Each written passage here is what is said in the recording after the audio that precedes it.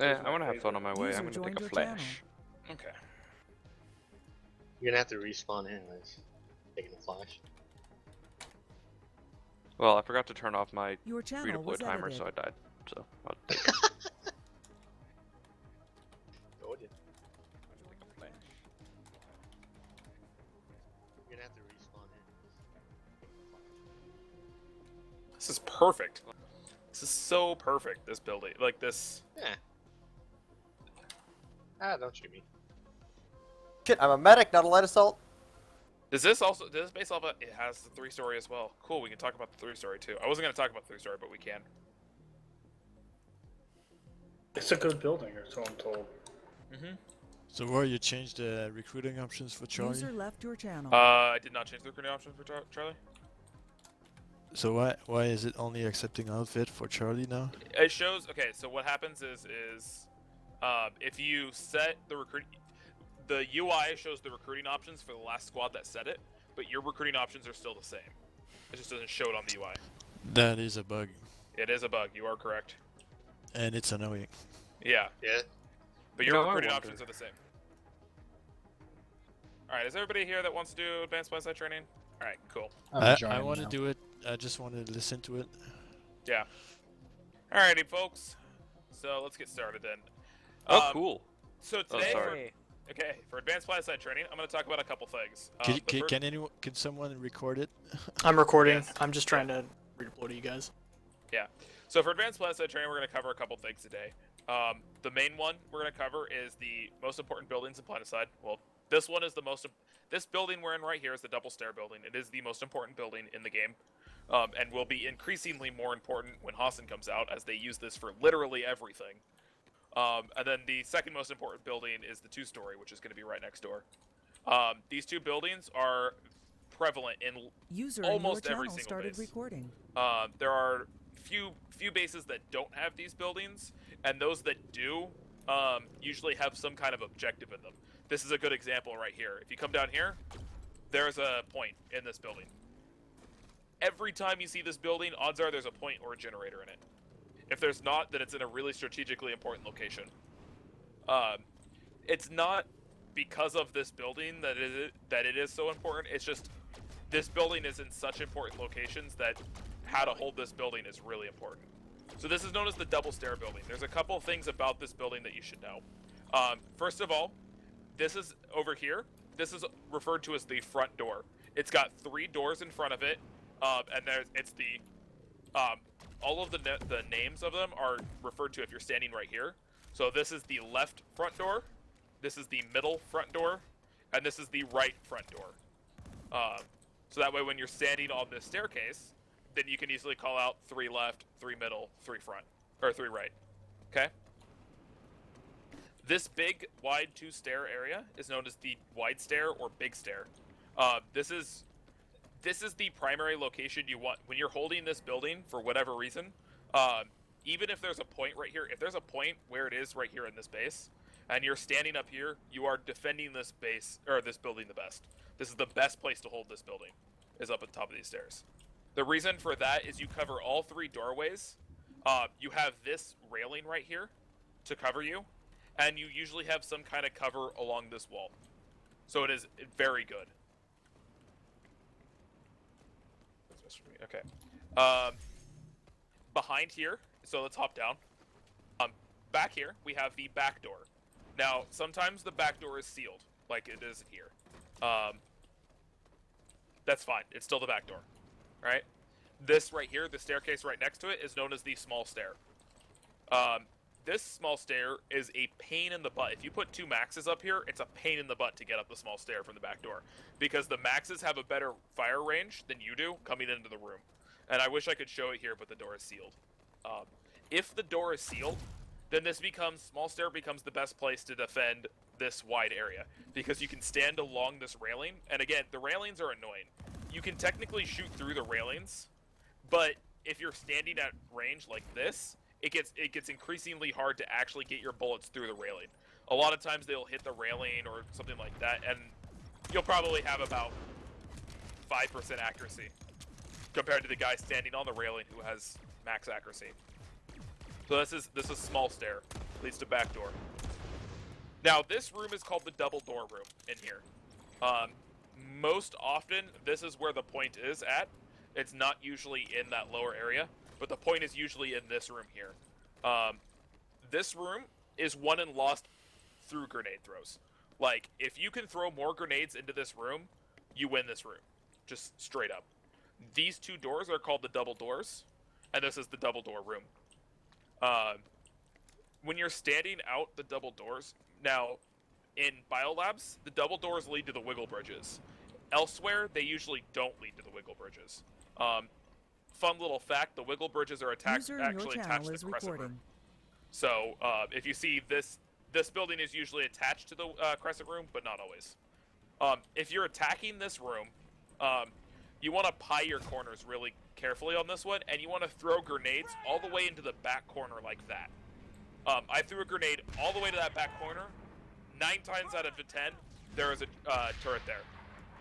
I normally say put your turret in that back corner, but most of the time there is a turret there. So if you throw a grenade all the way across the room in there, you'll usually clear that turret out. Same thing on this one. It's a lot harder to get a grenade into this corner from the other door, but it's still possible.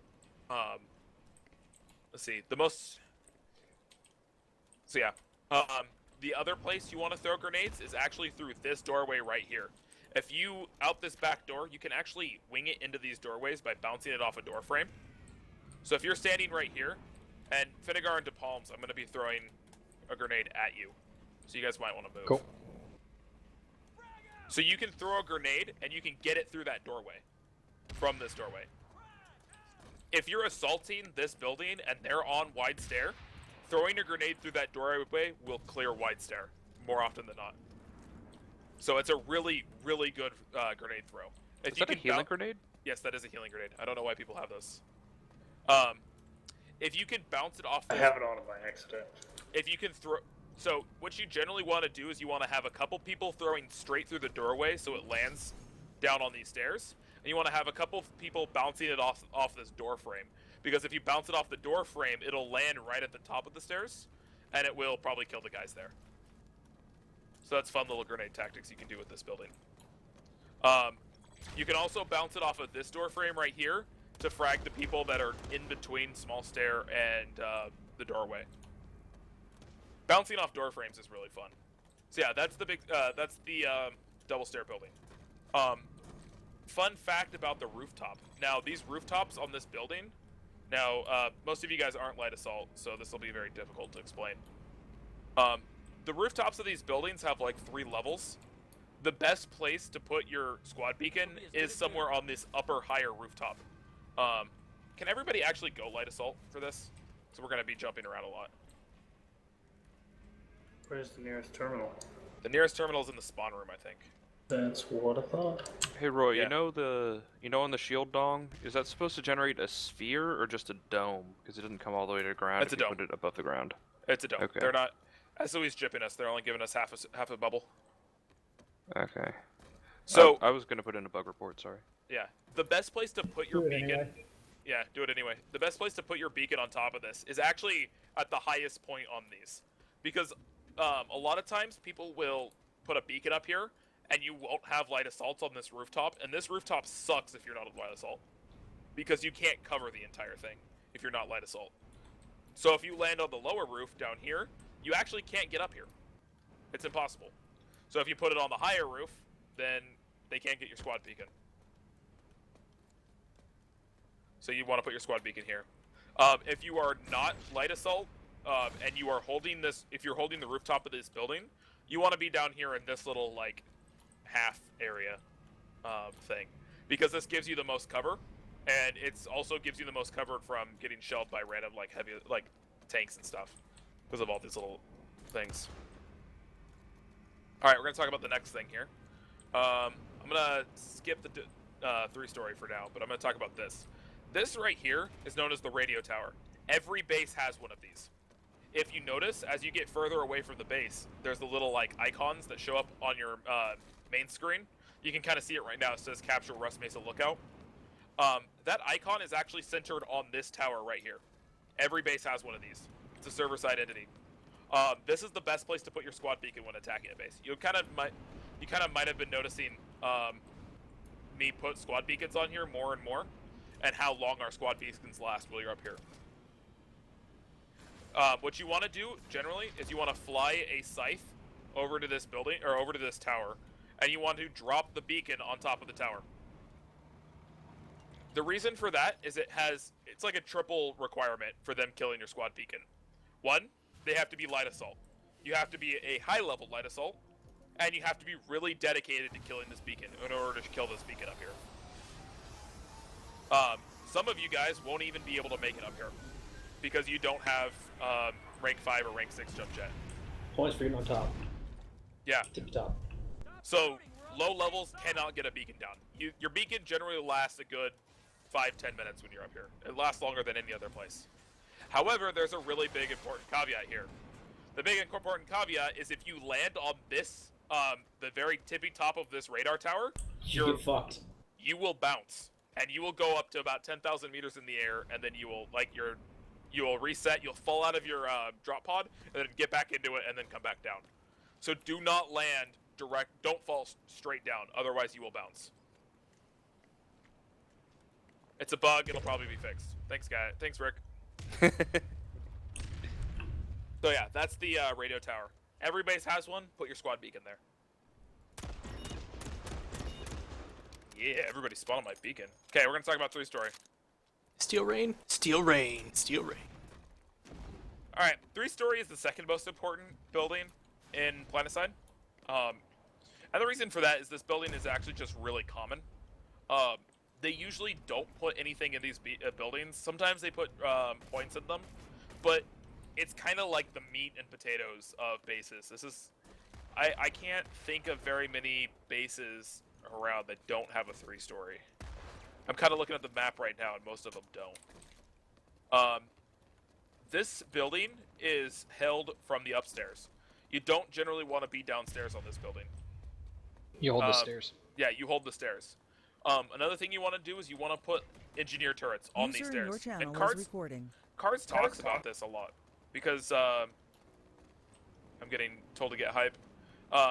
Cards talks about this a lot, and I think he misses the point a little bit on why it's so important to put engineer turrets on here. The shield on an engineer turret is invulnerable to damage. The thing that spawns first when you drop a turret. And I don't know why they decided to do that, but because that shield is invulnerable to damage, if you put it like right here, or like 2 or 3 of these on these, they just cannot do damage to you up on top of this staircase. So it's really strong. And that's the main reason you want to deploy turrets. It just blocks bullets. The stairs are generally named by the direction you're facing. Now, if you notice that the stairs are facing direct opposites of each other. So this would be known as the east stair, where Roy is standing right now and jumping. This is the east staircase, and the other one would be the west staircase. They're called that based on what direction the base is oriented. So it depends on the facility. Depends on the base. User in your channel is recording. However, there are a couple other generic names. This right here, where Roy is right now, this is called the cubby. It's got a window generally, and it's really easy to light assault into this window. So this is the cubby. It's really easy to throw grenades into this cubby. You guys might want to move out of the way, because I'm gonna just demonstrate this. You basically just bounce it off the back wall, and you frag the entire cubby, like that. It's really easy. This right here is known as the balcony. Again, light assaults, love to get on this. Some bases, especially on Esamir, allow you to climb up on top of the balcony without any trouble. Like, it's just anybody can get onto the balcony because the train goes up to it. And then on the other side, this is known as the mezzanine, or I've heard people call it the mezzanine. Some people don't give it actual names, but this is the mezzanine up here. It's called that because it has a window here, and you can climb through the window. Some people give these upstairs. So on the 3-story, the rooftop of the 3-story. So when you're holding this building, and you want to put down a squad beacon, you usually put the squad beacon on these stairs, and you usually put them, like, if you're on this side of the base, you put them right here, where Roy's standing, because you're down close enough and you can actually see somebody trying to kill them. And it's similar on the other side, but you can't get a good angle on the other side. Kind of. You can kind of do it. Yeah, you can do it here. So right here. This right here is the best place to put your squad beacon, because it is in full view of everybody holding the inside of it. And if the squad beacon goes down, you're pretty much fucked. Another fun fact is these railings look like they're shootable, and you can kind of shoot through them, but it's very, very difficult to shoot through these railings. Kind of the same as the other base. Like, it's damn near impossible to shoot through these when you're attacking this. So holding this by holding the railing is probably the best place. You guys have any questions about buildings? What about the validity of putting squad beacons down on the corners here, where Alpha 9 is? Okay, so when you're asking a question like that, a general question about where to put squad beacons, you want to ask yourself two questions. One, can you defend it? So the question here is, can you defend it if it's right here? And the answer is no. Somebody can just grab it. Like, one person can just sneak up, kill your beacon. So no, this is not a good place to put squad beacons. How about where Alpha 8 is? Or Bravo 8, sorry. Bravo 8. Little ledges. Little ledges. This is okay. This is Position better. Them, or what's, Yeah. what's next for you? The second requirement is, can the beacon defend itself? And that's why putting it on top of the radio tower is so good. Is because, yeah, you can't defend it when it's up there, but that beacon's fucking defending itself. You have to, there's so many requirements to get up to there that that beacon isn't going down for like 30 minutes. It takes a very small percentage of the population to kill it. So generally, reason why you want to put your beacon down here is because you can defend it when it's right here. It's really easy to defend. So that's generally the way you want to look at placing beacons. So out here, outside the building, not the best spot. Because like putting it on these ledges right here, yeah, you could defend it. This is pretty defendable. Yeah, it kind of defends itself, but it's not as good as putting it inside here, where it does defend itself and it is defendable. Because it's defending itself because it's down in a hole. Like, the big laser trail isn't as obvious, and you can defend it because they have to go through you holding this building in order to stop, like, kill the beacon. That's also another rule of thumb. Always put your beacon on rooftops. Okay, so we're going to talk about another strategy. More of like... So now this is more individual training. Enough, like, we're done with squad stuff now. One of the things I've been learning a lot, and I've actually been getting pretty good at, is pulse firing your weapons. So everybody come on down here. We're going to do a quick shooting demonstration.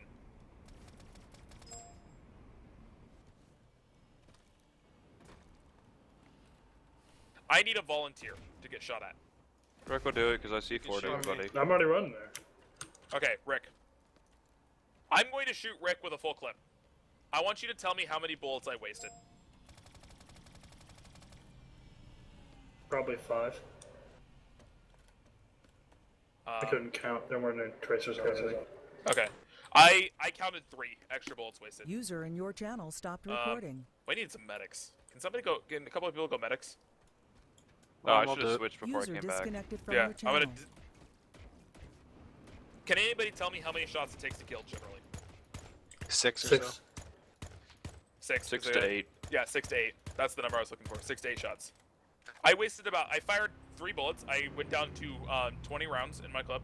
I wasted 2 to 3 extra bullets by just dumbfiring him because he didn't die right away. Now this was This was bigger earlier before this patch. This patch really fixed like how quickly things like respond. But Rick, you want to volunteer again for another quick Yeah, demonstration? So I'm gonna pulse fire right now. When you pulse fire, you generally want to pulse fire about 3 to 4 shots because again, it takes 6 to 8 shots. So if you do 2 3-round pulse, you kill him pretty quickly. And I got a team killer off of that. So practice pulse firing in general. Like, you'll notice you get its higher response, and you also, because a lot of guns' first shot recoil is better than their sustained recoil, you generally just do a lot more damage.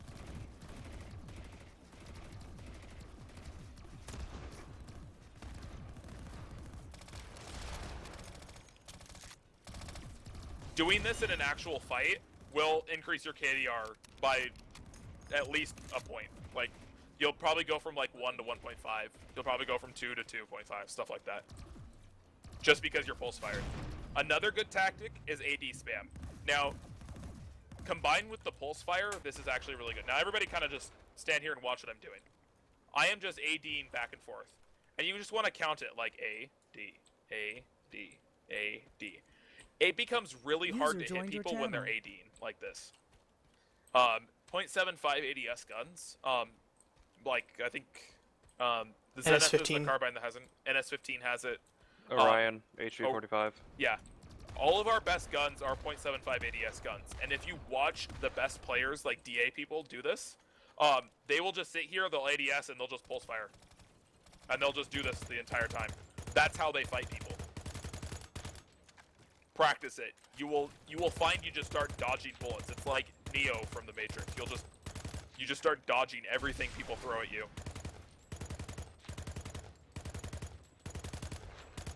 And then sometimes you can throw in a dip with your crouch. Medic here. Let me take a look.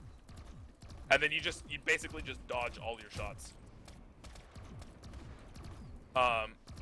Stream to watch for this. If you watch Scourge of the Server, he is very good at doing this kind of stuff. He basically uses the Orion the entire time. And he just takes people out by just walking back and forth, ADSing, and pulse firing. You said the Zenith was ADS? Yeah, 0.75. Really? Yeah, Zenith's very good. It has a great first shot recoil too. I always used laser sight. Well, I mean, it's not an ADS gun, but it has a 0.75 ADS modifier. So yeah, the best players do this, and if you guys start doing it, you'll notice that the amount of times you get kills and not get killed just spike through the roof. Any other things that... Is there anything else, like, advanced Planetside related that people generally talk about that you guys want to cover? You can cover the squad leading, maybe? Like... Platoon leading or squad leading, whatever. Yeah. Oh yeah, that's one thing I want to talk about. Okay, so one thing I've learned from Goku, they do this. Yeah, they do this a lot. By the way, everything I've taught you, I haven't learned from Goku. Well, some of the naming stuff I learned from Goku, but that was mostly me and KB and a bunch of people coming up with names. One of the things they do a lot in squad leading, I've been starting to do this a ton more, is doing a simple call. Squad leaders redeploy. You get the squad leaders in each platoon to redeploy to the nearest aircraft terminal. You have them pull sights, and you drop your beacon somewhere, like usually on top of these radio towers. One of the people, you'll notice Goku squad leaders do this a ton, because this is like their standard operating procedure for moving around the map. The reason we do that is because it is the fastest way to do things. The only problem with it is you don't have a Sunder, which is easily solved. And the solution to that is somebody comes down as infiltrator and hacks out a Sunder and deploys it. So we're gonna be doing that more. I've been doing it a ton because it's been very, very good. It's very hard to do with pubs because pubs don't redeploy. But with you guys, I've found that ever since we started doing it, we've just been more effective.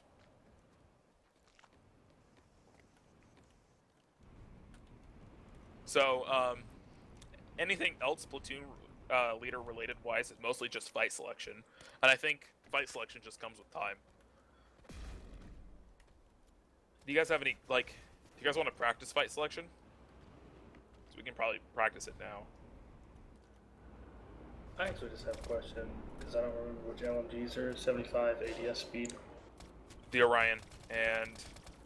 Is the SVA 88? I think so. I can't be sure off the top of my head. Oh, there's a big mobilization. 80 in the back. I have no idea. Couple of daps. Oh, there's And Necromancer. PMR. Oh, look at him. Yeah, I Oh, don't wreck care. day. All the galaxies are like 4 out of 12, 1 out of 12. 7, Yeah. yeah. That's because people are redeploying into them. That's another thing. Always have your dudes redeploy into your galaxy. Don't sit around and wait. User around was and wait moved for to your joined your ads. channel. Like cards. Like Yep. me. User disconnected from your channel. Hi, cards. We Am I just at did a advanced Planetside training? Am I at a good spot to say one thing? Sure.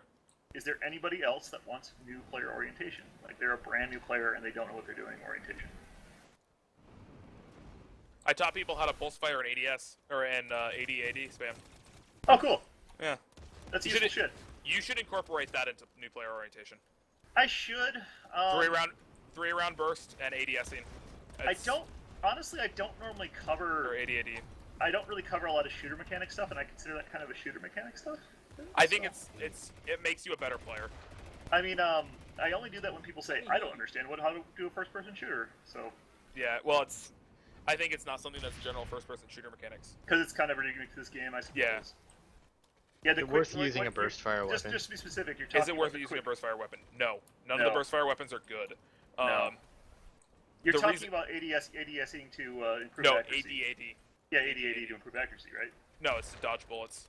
You Oh, ADS the to bullet dodge thing. Okay. yeah. You ADS to improve your accuracy, and you AD to dodge the bullets. I understand what you mean. Using mechanics to warp around. Okay, Yes, I understand yeah. what you're saying now. It's basically warping. I thought you said ADSing, which is Oh, an old AD. trick that involves going in and out of ADS to Well, make I sure your one shot is always accurate, dead on. Yeah. It's but, not. yeah. It's not very effective. It's not, but that's what I thought you were talking about. So never mind. Yeah. Burst fire guns are not useful because the first shot recoil of all of our 3-round burst guns are awful. The first shot recoil is like the same as their general hit for recoil, so it's not worth it to use them. Yeah, they should just remove the first shot recoil on burst weapons The that are burst Terminus? only. Yeah. So The Terminus, the gun the new medic gun that we got that is full auto, when it was on the PTS, it did not have a first shot recoil. It had. oh yeah, that's it what was made zero. amazing. Okay then. I And didn't it know was- that was so much better then. It was so fantastic. Like people were saying it was really boring, but when you looked at the fact that it didn't have a first shot recoil, it was incredible. It was so good. But then they made it full auto. They still didn't give Yeah. it a first shot recoil, but they made it full auto, and so they basically just removed the burst. And that's why our burst fire guns are bad. It's because the first shot recoil is so freaking high. It's just it's all burst fire weapons in this game though. No, the TR has a good one. What is the track? Yeah, the Track 5. Yeah. Okay. But they're the only ones that do. I haven't used enough of the tier guns. I gotta do more of it. Yeah. TR guns are really good. I don't know why people were complaining about them. But looks like Zervan's about to heat up, so let's go ahead and practice what we've learned. I don't know. I think they need a little bit of help, but yeah, I'll stop talking. So if there's nobody else that wanted new player orientation, I'm probably gonna stop playing because I'm not supposed to be playing today. So everybody go ahead and redeploy to Zervan and just generally practice what you learned with this advanced stuff. About pulse firing, AD spamming, different room holds. Oh, you covered the room holds? Okay. Yeah, I covered the 3-story and the big stair. Alright. It does seem lately like we haven't been using enough engineer turrets for my want Yeah. and desire. I covered that. I covered why engineer turrets are good. Good, have they to- really are. I have to go back and rework my builds because most of them have the AT turret on it. No, Yeah. dude. The No, AI no. turret's phenomenal. The HE turret is good in certain situations, but the AI turret is really the best all-around turret. They buffed the damage on it and it made it really good. I mean, the only time that you wouldn't want to be using it is in a giant open field, which because somebody like me will snipe you off of it. But that's not a Yeah. huge deal. Like, when you're room holding, the AI turret is so incredible, just because the shield is invulnerable. Like, that is so freaking good.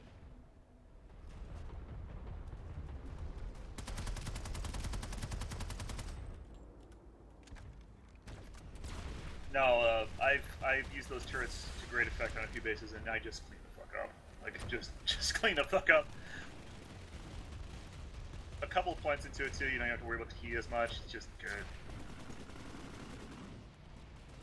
They've got a sending in the hole in the wall south of C.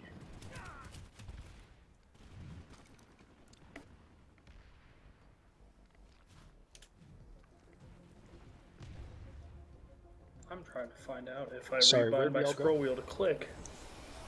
Will Planetside Zervan. be pissed? Yeah, we're at Zervan. No, you can do that. That's the thing. Okay. That's fine. Because that might make single fire weapons useful. It makes single fire weapons useful, and it makes the battle rifle broken. What does? Wouldn't you like to know? I'm using my mouse trackers to rebind scroll wheel to click. Cards, Cards, what's what's your your primary preferred click, weapon for medic? What's the HP preferred 45. weapon? HP 45 or Corvus? The Terminus is really good. Yeah, the Terminus is really good, but I don't know. I'm still playing with it. I don't know it well enough, so. Stu 360. Oh, this is going to be great. C4 is Yeah, Vanguard. check it out with a battle rifle, like I keep saying.